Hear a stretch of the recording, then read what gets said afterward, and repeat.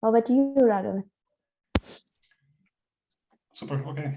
I will take the screen share soon. Just wanted to say hi here on video to everybody. Radovan Bast, and I will be talking from Tromsø. And my background, similar to Ule, is not computer science. So the background is chemistry. And we will actually now take a bit of a step back. So in the last 2 hours, we learned lots of new things. So I learned new things, very, very interesting. We will take a bit of a step back, and I think it will get sort of easier again. So in terms of level, it will get a bit more basic, but we will revisit some of the recommendations that we heard today and yesterday, and we will try them out. First of all, let me take the screen and tell you something about it. It will be a bit different now. Just need to rearrange here the Zoom stuff. Okay, so the screen is now, hopefully it looks more portraity, not landscape, which means that you might need to readjust a bit Zoom on your side. What I recommend to do is that you watch this talk on half of your screen. The motivation of doing this on top of each other instead of side by side is that I can have a website here open. I know that that font is small, I will zoom in, but I can also have the terminal open. And because I will do some typing, we will do some demos. But the idea is that you can actually have half of your screen available to, I don't know, check emails, or if you want, you can also open up a terminal and try some of these things out. Or you can have the HackMD open. That's what I have. So what I do is on half of my screen, I watch, so I have this terminal and the material, and on half of my screen, I watch the HackMD. I really encourage you to ask lots of questions, also in voice, also my colleagues. The more interruption, the better. I'm not watching Zoom chat because that's one more thing. I don't know where to place it on my screen. So I'm watching the HackMD. So HackMD is the best place to ask questions right now. This is what I'm watching. And what else did I want to say practically? Okay, before I start, I wanted to tell you where you can find this material. One way where you can find it is on top of the HackMD. So if I open up the HackMD, no, that's not the one.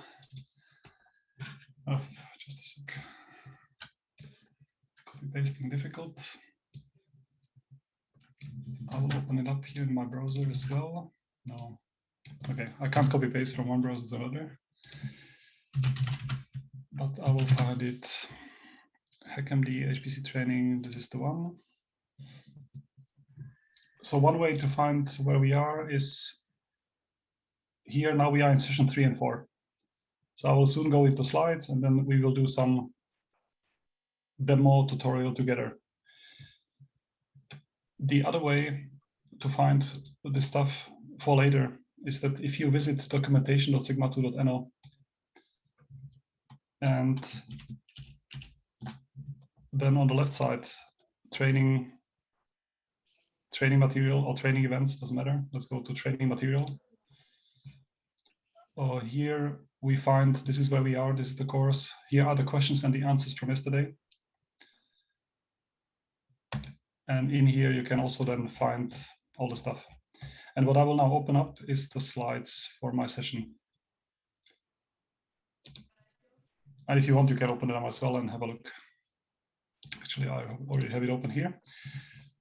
So I will start with very few slides. So it says 14, but actually it's more like 10 slides, just to set the stage. And then we will really go into the terminal and try these things out. Just scrolling here in the HackMD so that I can watch what you say.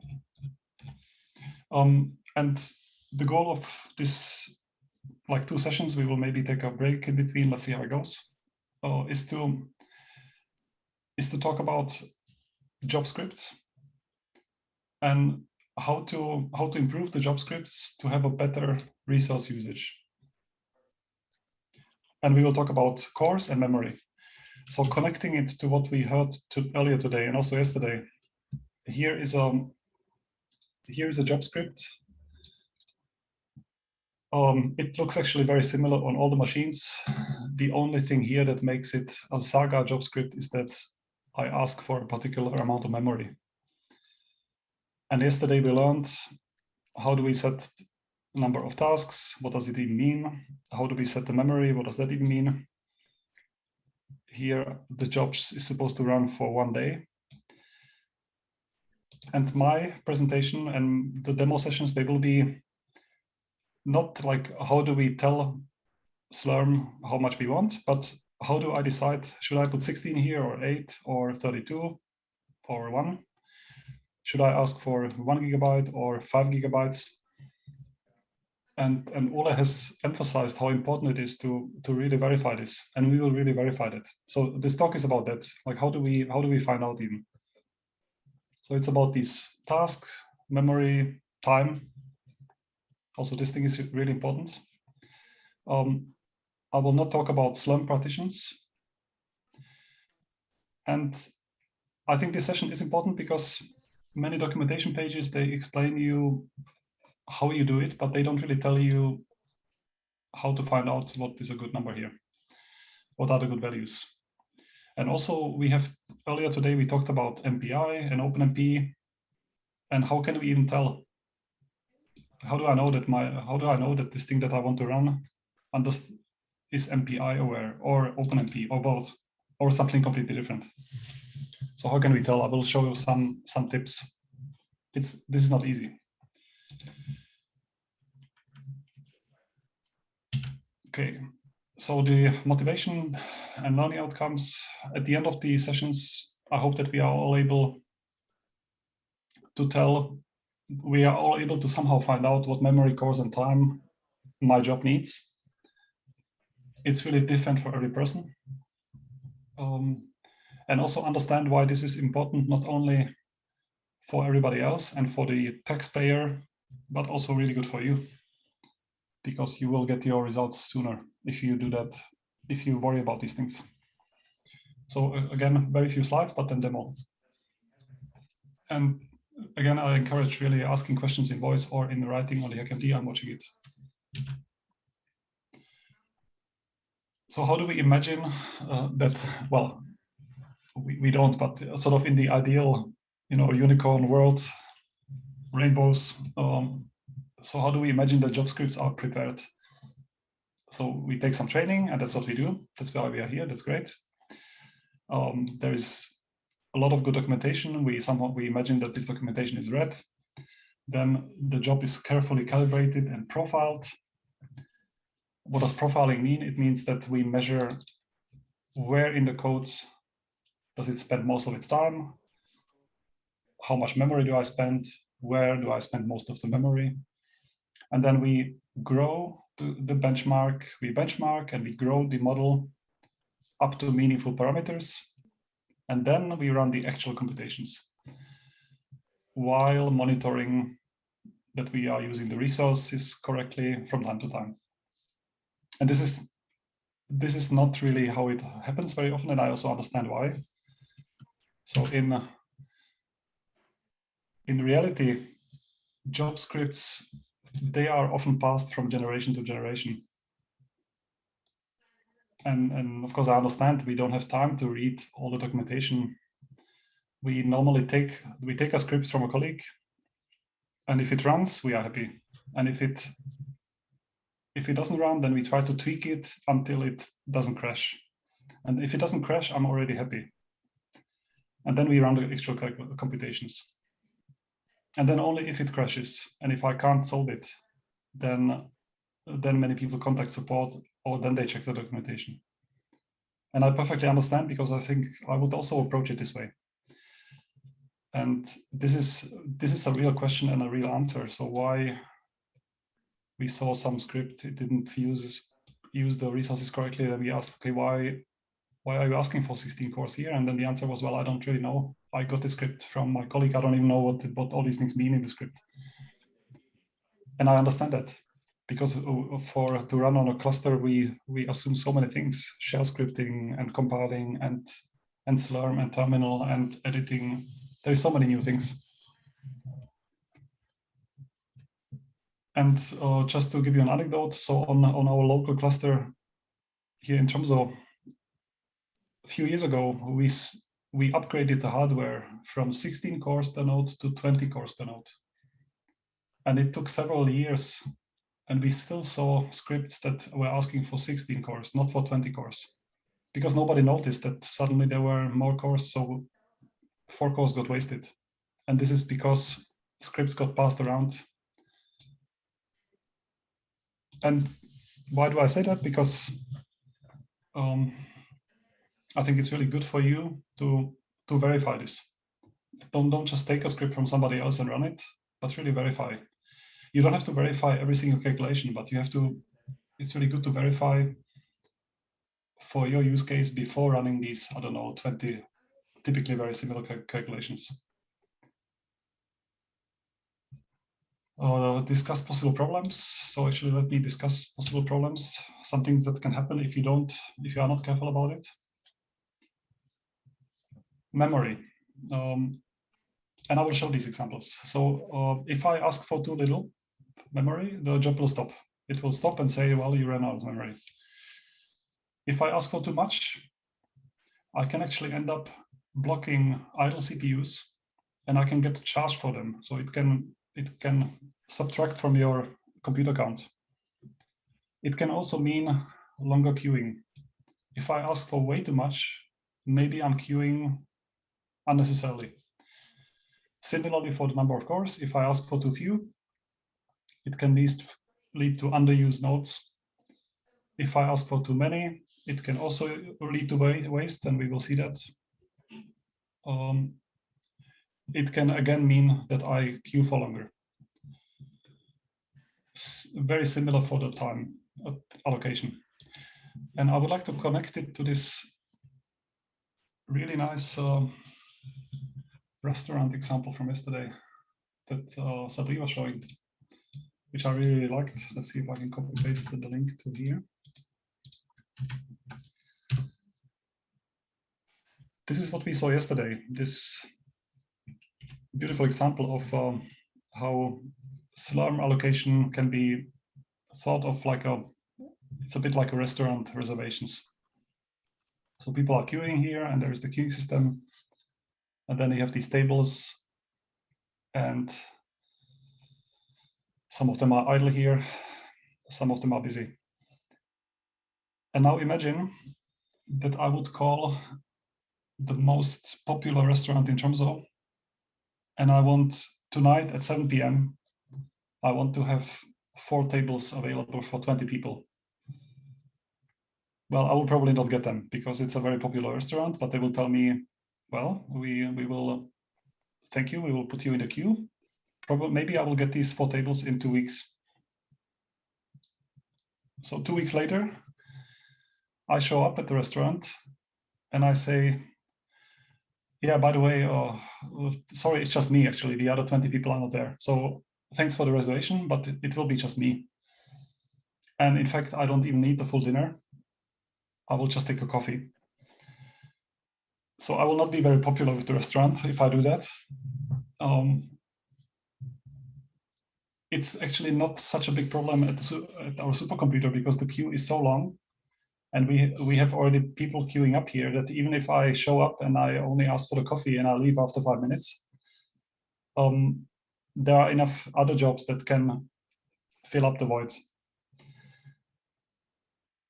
So it's not such a big problem, but it's actually a problem for me because I have been waiting 2 weeks just to get that 5-minute coffee. And so the restaurant owner will ask me, well, why didn't you just ask for a coffee? You could have it in 5 minutes. I could just go now out in a coffee shop and I can get a coffee.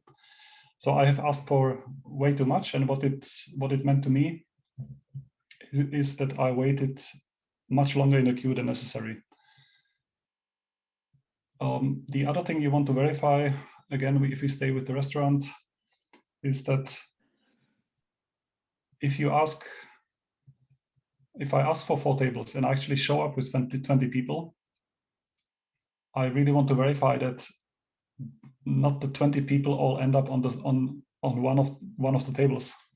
This will not happen in reality, but it can happen very often in computing. I mean, you want to make sure that they are nicely distributed. not all 20 people sitting on 5 chairs. In computing, it can happen. So you want to verify, and this is task placement, this is thread pinning. So verify these things. Because if 20 people share 5 chairs, they will not be very happy, and the dinner will not be going very well, and it will probably take much longer. And the same thing is in computing. Okay, let me have a look here at the HackMD.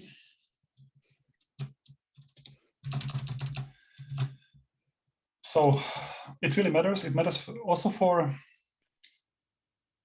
and sorry for coming back again to this restaurant analogy, but something that also happens sometimes is I could reserve the whole restaurant for 20 people. I show up only myself, but I say, well, doesn't matter. I have a lot of money. I will just pay for the whole restaurant. So what do you worry about?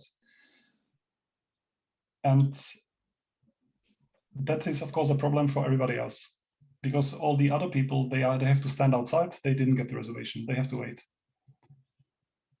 And although our computing time feels like for free, because, I don't know, taxpayers paying for it or the research council, it still costs money. I mean, there are still the waiters, they are still there, and all the food is prepared. So we better make optimal use out of it. So a few points which are often misunderstood.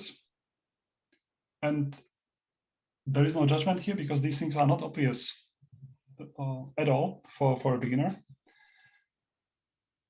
So we request resources from the scheduler, but the scheduler doesn't know how long the job will run. If I asked for a 1 day allocation, the scheduler assumes that I will consume more or less 1 day.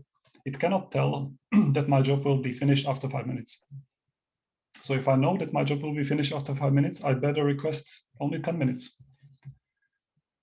And just the fact that I'm asking the scheduler for 40 cores doesn't mean that the job will actually run in parallel.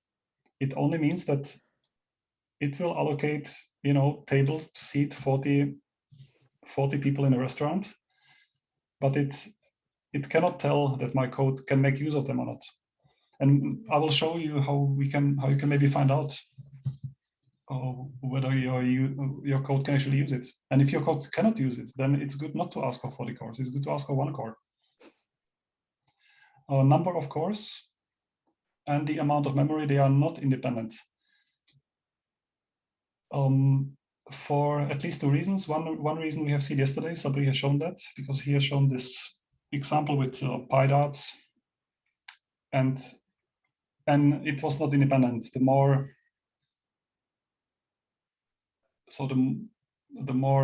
darts we threw, the more memory we needed, but we could lower the memory if we distributed it over several tasks. One thing that can happen is that if you ask for more memory than is available on a core, and typically on our cores, we have 2 GB.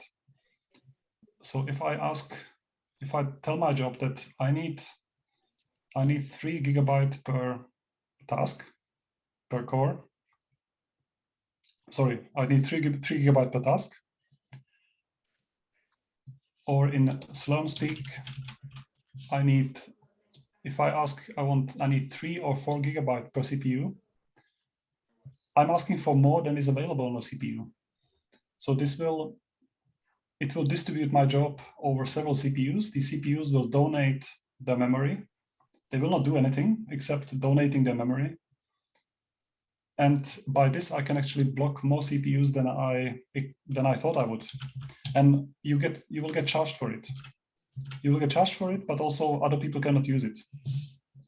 So asking for a lot of memory just to be on the safe side has negative effect, both for you, but also for everybody else. It's still good to ask for a little bit more memory. So like, I don't know, 15% more, 20% more. And we will see how we can find out.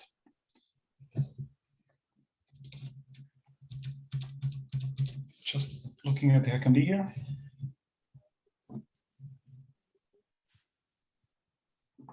So one question that came up there, could you give examples for queuing times for different size jobs? So one CPU So if we think Saga, like one CPU, you get basically immediately. Of course, depending on how long how long the job will run. But if it's a relatively short job, one CPU, you get it basically immediately.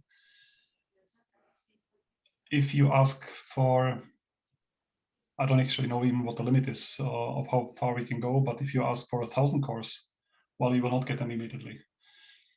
You may wait days. If you need a serious allocation, if you like many nodes, you may even need to talk to us, and we may need to create a reservation just for you. You can already see it. Yes. So earlier you mentioned that there was upgrade in the Tromso cluster, which resulted in wasting 4 cores because people didn't know that there were 2 cores, 20 cores, but they were running the 16 cores script. So there were some questions around that concept. Like there was a specific question that I'm trying to answer, which is someone has benchmarked optimally for a certain number of cores, certain number of memories, certain number of configurations, and they have spent a lot of time benchmarking it. So they have something that's working and in a perfectly set up manner. And then we upgrade something on the cluster. Then that benchmark is not that relevant anymore. So is there anything that's specific, because the upgrading will happen, like there'll be changes. So how would you recommend that you tie your benchmark to certain resources, for example? So the specific question is, I develop my code, I develop my job script to be optimal, and I benchmark it, and I have all the numbers, but after the upgrade it doesn't work anymore. So what's the solution for that? So it doesn't work at all anymore, or just not? The benchmark is not so the person who asked the question, maybe he or she could ask it directly, maybe or Mike later on, or now, yeah, I don't know. Yeah, so it's a good point that sometimes some program might actually run optimally on 16 cores, and it may run worse on 20. So even if the machine has 20, it may actually not be any better. And then it's actually good to keep the 16. And then we should rather see how can we use the remaining 4 to do something else. So there, maybe the computing center should rather adapt, and this is what we did also. And this is also the situation on Saga, is that it allows to have different people on the same node. So then one person can use 16, and then there can be 4 other people who are running one core job. So I will come to that example. So there can be like an optimal number of cores and memory, and just because the hardware got changed doesn't mean that you need to change the setup. But then we maybe need to think, how can we put 2 different groups into the same restaurant? I will come soon to the demo, but so this is something I really like to emphasize, is that when you are new on a machine, and I think some of the learners here are maybe relatively new on a cluster, or they have been on a different cluster, and now they move on to Saga, or they have been on Saga and now they move to Fram, or they move to Betsy. So when you are on a new machine, I really recommend to not start with the big calculation right away. This is just an example here. So don't go immediately for 40 hours and 60 nodes, or I don't know, 160 nodes.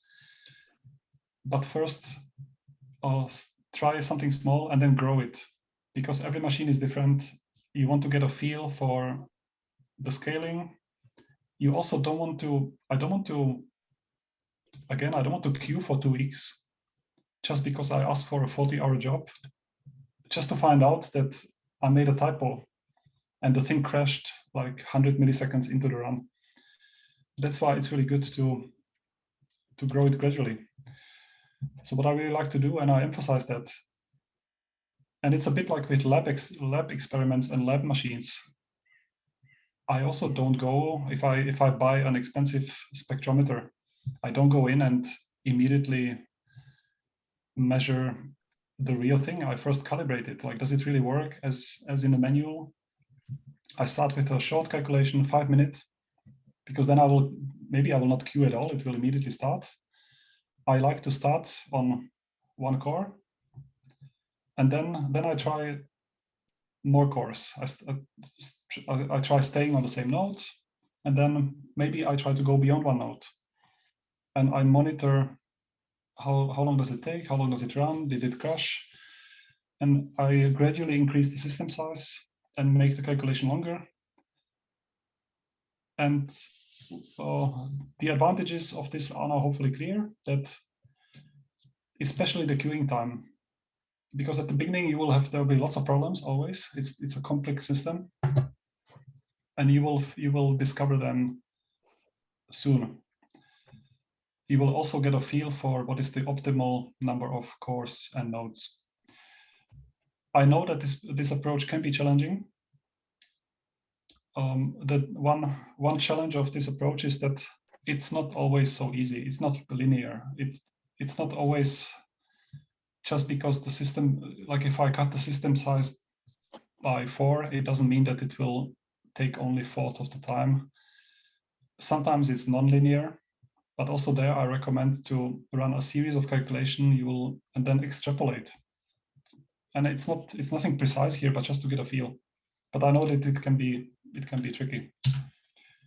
And one comment that I often hear is that, yeah, that sounds really good, but my systems, they are big to start with. And then I say, well, try to make them smaller, and even maybe try to make them artificially smaller. But then it's not scientifically meaningful anymore. But it doesn't matter. Often you can get really meaningful calibration with scientifically meaningless data. I don't know if, just to give you an example, like in computational chemistry, you can go for like a small basis set. And I know that chemically, maybe the result that I get is not meaningful, but it will tell me a lot about the calculation. And then I can grow it back into the meaningful results. Or if I do some DNA sequencing, and the DNA sequence is 5 million characters long, and I'm sorry if what I'm saying doesn't make any sense because that's not my domain, but then go for something shorter. And if the shorter doesn't exist, well, then create a fantasy DNA sequence. But just to test the code and test the setup until you grow to the real thing. So don't be afraid to create fantasy data sets for the benchmarking. And do I have something more? Yeah, so there is one more slide and then demo time.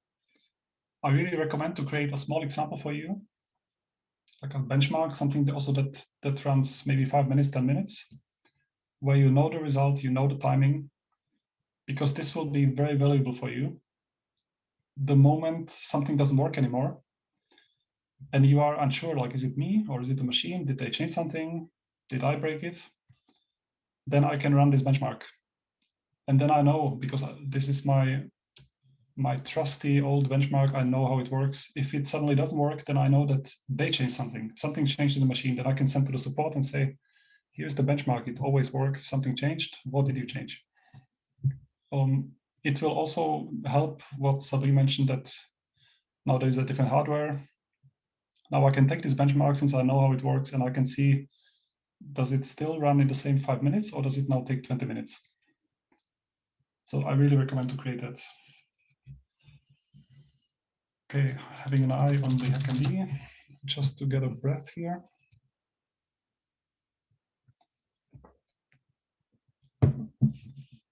So I will now go into, I want to show some of these concepts here in the terminal. But do we have any questions before we do that? So demo time. And I can tell you what I will show you. We will experiment a bit with the 2 questions that are really important. How much memory do I need? We will try that out on Saga. And then the second question is, how many cores should we ask for? Again, I will try that on Saga, but the same principle on any other machine.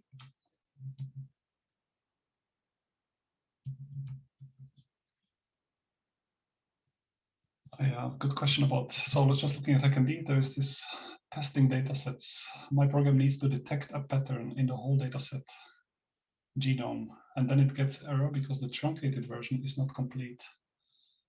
How would you approach this? Yeah, so of course, some programs, they have expectations on, they can only expect the real genome, the real data set. And if you give it something truncated, then they complain because it's not real. And sometimes you don't have control over the code because maybe not your code, it's somebody else's code, and you can't really go in and change it. So it may be difficult, it may be impossible. So this recommendation here is, if you, sometimes you are able to, sometimes you are not able to, because the program is too rigid. And what can we do there? Well, at least I would, if it requires a certain, I think I would definitely start with not asking for 40 hours calculation. I would start with 5 minutes and see, does it crash immediately, or do I survive these 5 minutes? And then I ask for 1 hour, and then I ask for 8 hours. So at least grow it here if I can't modify the rest. Okay. I will now go to these examples, and again, just to show you can follow these links, but just to show you where you can find these examples that I will show you on the documentation. You can find them through the training, but also you can find them. So here, high performance computing, there is running jobs. And then I placed here these two tutorials. One is how to choose the right amount of memory. The other one is how to choose the number of cores. And we will have a look at these. And I will zoom a little bit in just to make it a bit more readable. And there is some text to motivate, but we don't have to go through it because we already motivated, like why it matters. This is basically what I explained here. So I think we now understand why it matters. But I want to show you actually in a real example. Sabri has shown an example yesterday. I will do it slightly differently. I will compile a Fortran code, and it really doesn't matter what the code does. The code doesn't do anything more than it allocates memory. It sits on the memory for 35 seconds, and then it deallocates it again, and that's it. So it's not a very useful program. I let it sit on the memory for 35 seconds because I want Slurm to be able to detect it. Slurm only samples every 30 seconds. So I will now go to Saga, and we can repeat some of the things from yesterday. So let me connect to Saga. How do I do it? SSH, Saga, sigma2.no. And why don't I type my username here? I could, but my username happens to be the same on my machine as on Saga, and then I don't have to type it. So if it was different, I would have to type also the username. And if you want, you can try this as well, but maybe the best way to participate now is to watch me typing, look out for my mistakes. I might do some mistakes, and then we can see how we fix them together, and ask me lots of questions.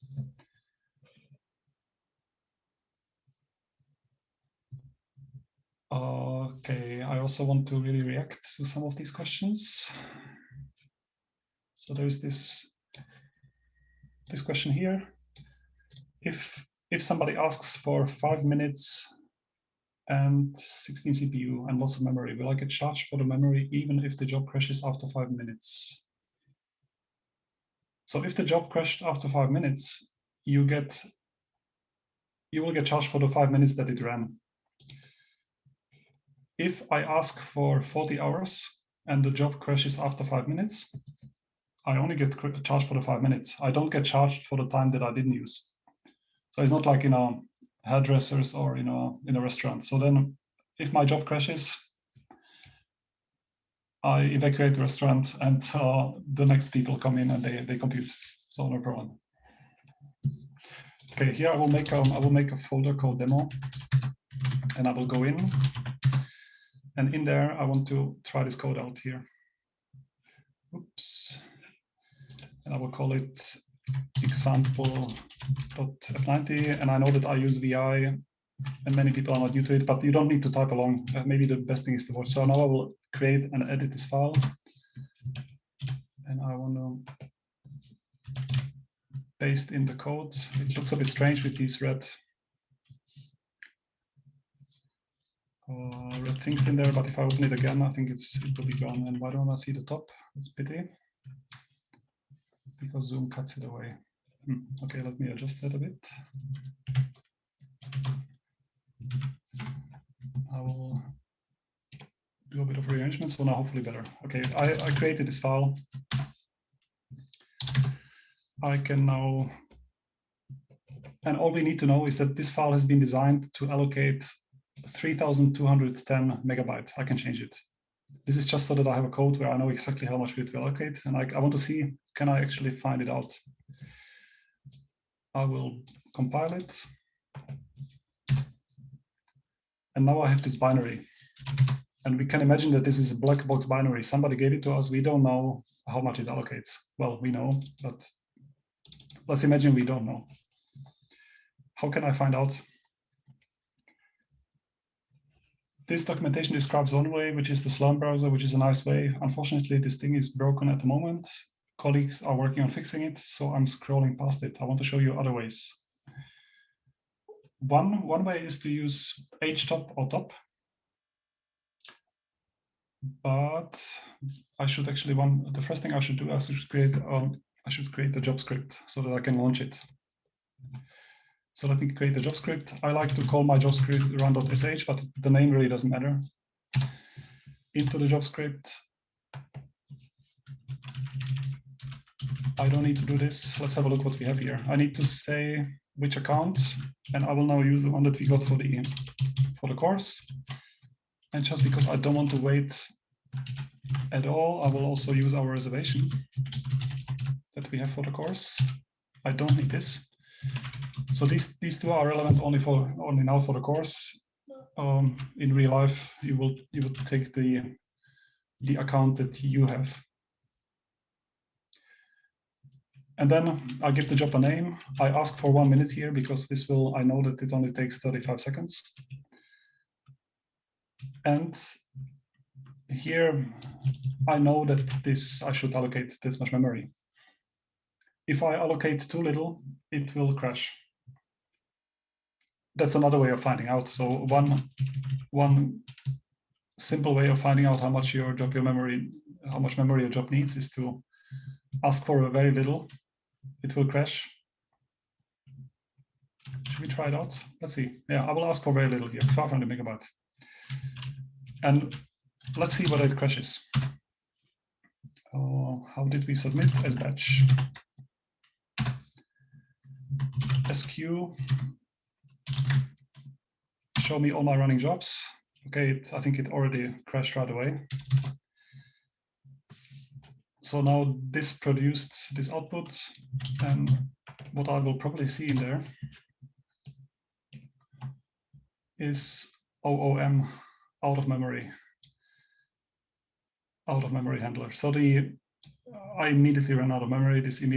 So this is one way of finding out. Now I could slowly increase until it doesn't crash anymore. And then I would find out that it needs approximately this amount. So now I will do it better. And I will launch it again. It's running now. And now one way to find out is in the next 30 seconds, I need to be quick. I can SSH into the compute node. And on the compute node, I can do top, and I can ask, show me only my processes. And now this line here, my binary, I can see that it's running now. It changes places, but top tells me approximately 3.1 giga. There is some other stuff running because I'm actually running top. Also, there is my shell, and I can see now that the job stopped. I'm still on the node and I'm still doing something, but the job is stopped. But from the top, I could see that it was a little bit over 3 gigabyte. So that was another way of finding out. So one way is this is what I did here. You run it, connect to the compute node, run top, and have a look. This is good to have a look at the memory. It's also good to have a look at number of nodes. We have already seen that this is something. Now I'm going back. This is something Ole has emphasized, that if I have a look at the Slurm output, I will see the resident memory, 3 million kilo, so 3,210 megabyte plus some change here. But to see this, it has to be, you remember again, it samples every 30 seconds, which means that if the job is shorter, I will not see anything here. The other thing that it means is that if the job allocates a lot in between the sampling, the sampler doesn't see it. So if I design a job that will allocate an enormous memory always sort of 5 seconds later than Slurm samples, I will not see it here. Okay, we have checked the output and then we can see it. We can also use, sact if I know the job name, and in fact I do know the job name. So I can do this, sact, but now I need to put the right number, and this was 4317996. Then I get a nice summary here. Instead of all the other numbers, I get just the memory. Again, only so the same 30-second concern is there.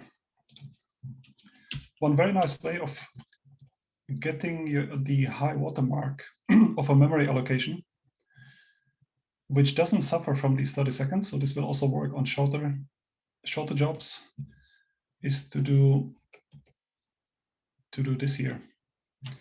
So we will add something in front of the binary.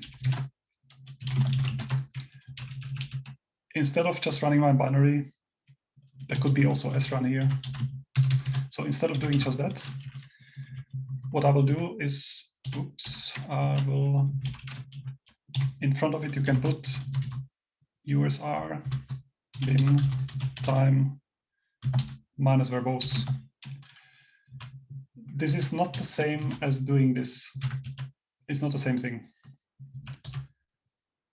I will not discuss why it is not the same thing. So you can put this in front of your code, and it will give you more output. And let's start it again. Let's batch run. Let's wait 35 seconds. And what you will see then is it will create this output. And there is a lot of info on like how long it ran, some other things that I don't know what they mean, but what the important thing is, it will tell me here maximum resident set size. How much did it consume maximum? Did we complete? Okay, 6 more seconds. Time to watch the HackMD.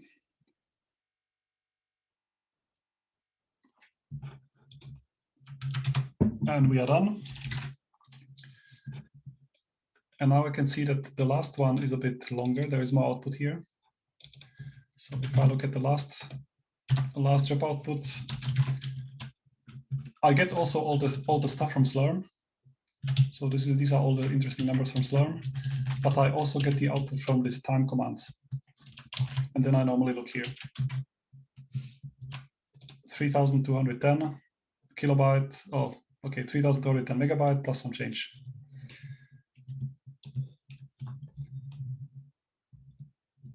Yet another way, performance reports. So it's a tool that can give you a lot of information, but it also gives you info about peak process memory usage. I will not show it now. It's described here just for the sake of time. And this is already, I described it. So we can start very generous and we reduce until it crashes, or we start very conservative and we increase until it doesn't crash. And then we add 20% to it. And this sounded really, it's a bit of work to do this, but I don't have to do it for every single job. I mean, often you have many very similar jobs. So then you exchange the DNA strands and then you run the same thing again, or you take a different molecule or a different, I don't know, functional. So once I have calibrated it, then I know. can be also nice to actually share this information with your colleagues so that they don't have to go through the same pain again. How fine-grained should we need to go? I think, yeah, 100 megabyte versus 500 megabyte doesn't really matter. It often doesn't matter if it's less than what the core has. So the cores typically have 2 gigabyte. So it doesn't matter much if it's actually less, because then you will not block any other cores.